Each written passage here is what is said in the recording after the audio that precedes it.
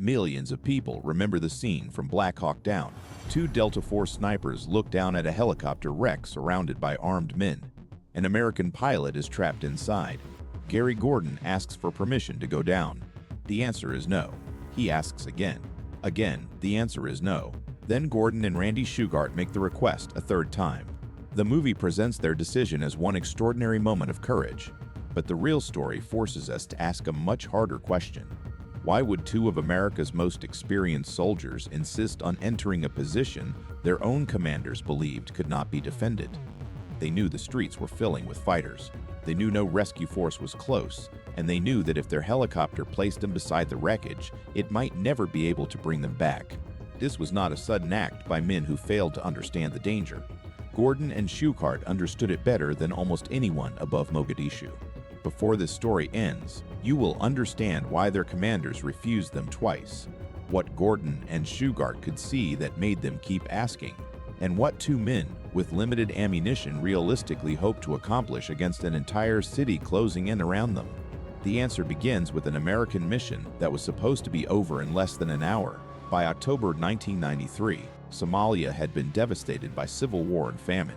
The United States had originally entered the country to help protect humanitarian relief, but the mission became increasingly dangerous as American forces were drawn into a struggle against Mohammed Farah Aidid, one of Somalia's most powerful faction leaders. After forces associated with Aidid killed 24 Pakistani peacekeepers, Task Force Ranger was sent to Mogadishu to capture him and members of his organization.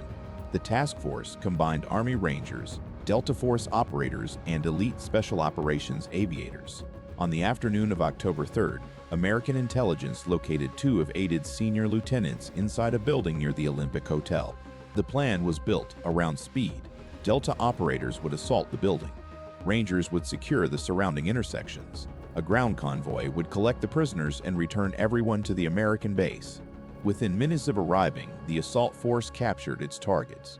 24 prisoners were prepared for transportation. The most dangerous part of the mission appeared to be over. Then fighters began pouring into the surrounding streets. Roadblocks appeared. Gunfire reached the helicopters circling above, and one rocket-propelled grenade changed the purpose of the entire operation. The grenade struck Super 6-1. The Black Hawk crashed approximately 3 blocks from the target building. In seconds, the mission stopped being a capture operation. Now the Americans had to protect the original target, move 24 prisoners, and rescue the crew of a helicopter that had fallen inside hostile territory. A combat search and rescue team immediately flew toward the wreckage. Rangers and Delta operators began fighting their way to the crash on foot. The vehicle convoy attempted to reach it through streets blocked by barricades, smoke, and gunfire.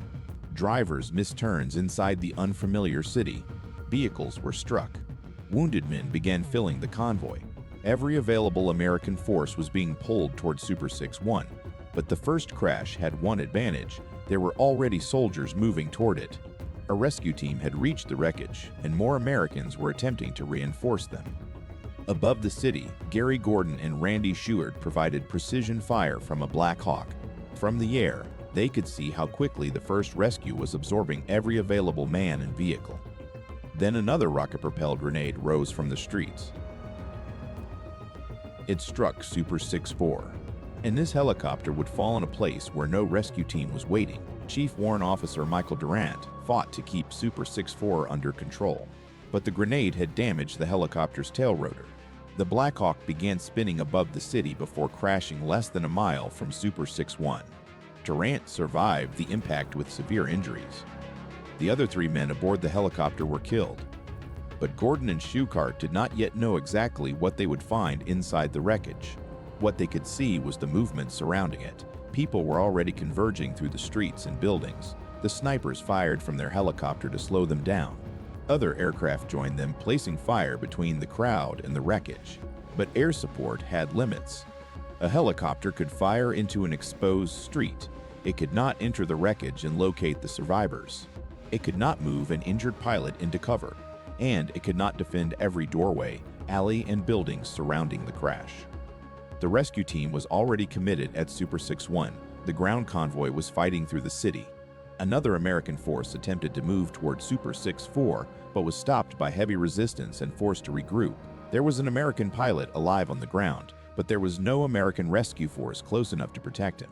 That was when Gary Gordon made his first request. Gordon asked for permission to place himself and Shughart beside the second crash. His commanders refused. The refusal had nothing to do with questioning their courage or ability. It was based on the reality below them. Two men could not control every approach to the wreckage. They would have no armored vehicle, no fortified position, and no dedicated rescue team behind them. They carried sniper rifles, pistols, and ammunition intended for supporting the mission from the air, not for holding a position on the ground against a growing force. Sending them down might not save Michael Durant. It might simply leave 3 Americans trapped instead of 1.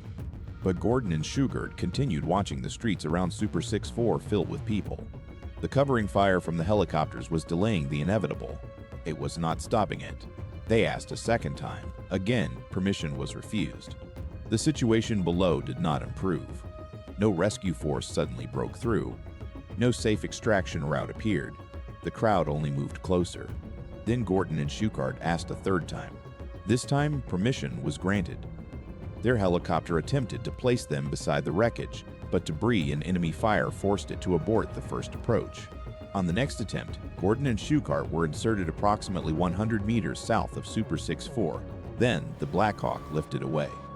They had watched the trap form from above. Now, they were standing inside it. If you believe decisions like this should never be forgotten, subscribe to Forgotten War Stories. 100 meters sounds insignificant on an open field. In Mogadishu, it meant crossing a maze of shacks, narrow passages, and buildings occupied by armed men. Gordon and Shughart immediately began fighting toward Super 6-4. They could not simply run in a straight line. Every opening could expose them to fire. Every turn could lead them away from the wreckage. And every second they spent moving through the neighborhood allowed more fighters to approach the helicopter. When the snipers finally reached Super 6-4, they found Michael Durant alive but badly injured. He could not escape without assistance. Gordon and Shughart pulled him from the aircraft and moved him to a more protected position. The helicopter's other crew members had not survived.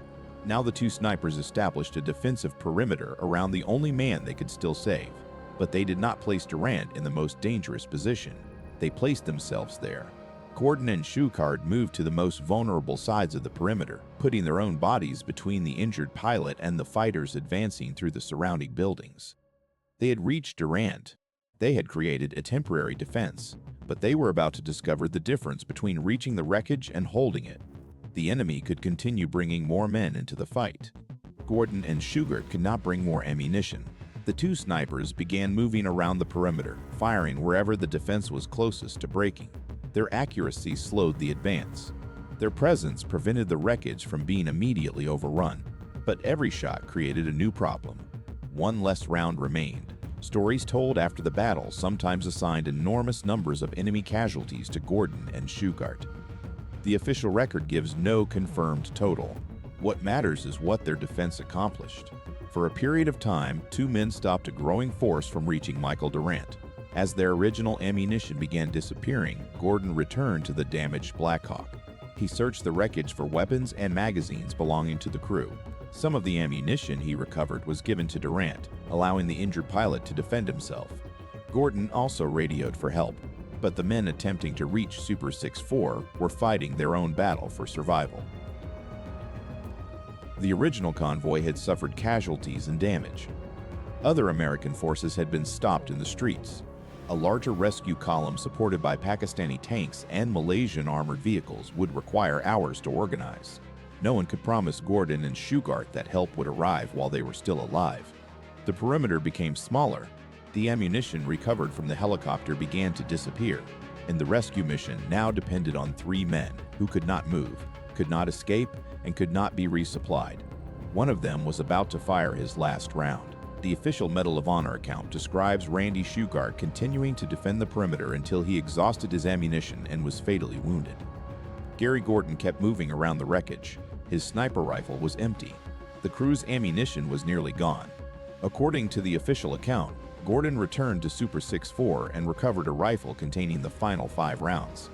He did not keep it for himself. He placed the weapon in Michael Durant's hands and said, "Good luck." Then Gordon returned to the perimeter carrying only his pistol. The exact order of every event during those final minutes cannot be reconstructed with complete certainty. There were no surviving American witnesses outside Durant's position, and later accounts have questioned parts of the official sequence. But the central facts have never changed.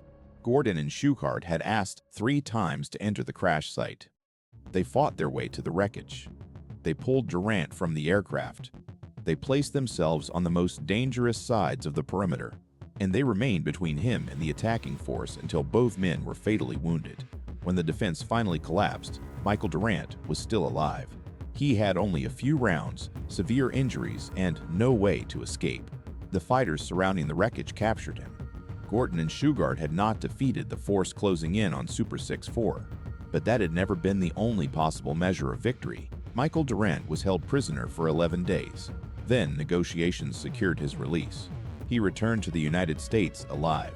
The official Medal of Honor citations would later state that the actions of Gordon and Shughart saved his life. That was the real purpose behind their third request. They did not descend believing that 2 snipers could defeat everyone surrounding Super 6-4. They understood the odds far too well for that. Their realistic objective was to delay the collapse of the crash site. Every doorway they protected gave Durant another moment. Every attacker they stopped gave him another chance. Every round they fired placed more time between the injured pilot and the people trying to reach him. The rescue force did not arrive before Gordon and Shughart died, but the time they purchased prevented Durant from being defenseless during the first and most dangerous moments after the crash. When the perimeter was finally overrun, the man they had protected was taken alive.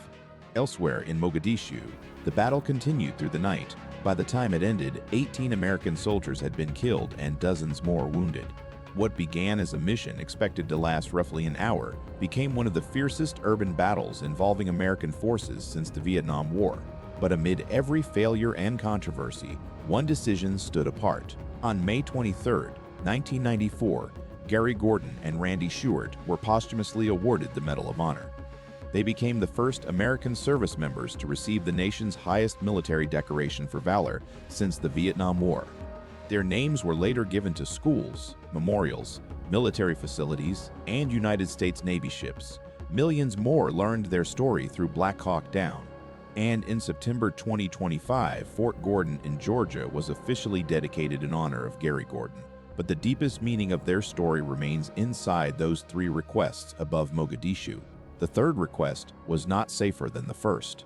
No reinforcements had arrived, no escape route had opened, nothing about the odds had improved. The only thing that had changed was the distance between the crowd and an injured American pilot. Gordon and Shughart were not choosing between a safe mission and a dangerous one. They were choosing between remaining inside their helicopter or leaving Michael Durant alone inside the wreckage. Their commanders were correct. The position could not be held by 2 men. Gordon and Shughart knew that. They asked to go down anyway, not because they expected to survive, not because they believed they could win the battle alone, but because one wounded American below them still had a chance to come home. And 11 days later, he did. This is Forgotten War Stories. Subscribe so the courage and sacrifice of men like Gary Gordon and Randy Shughart are never forgotten.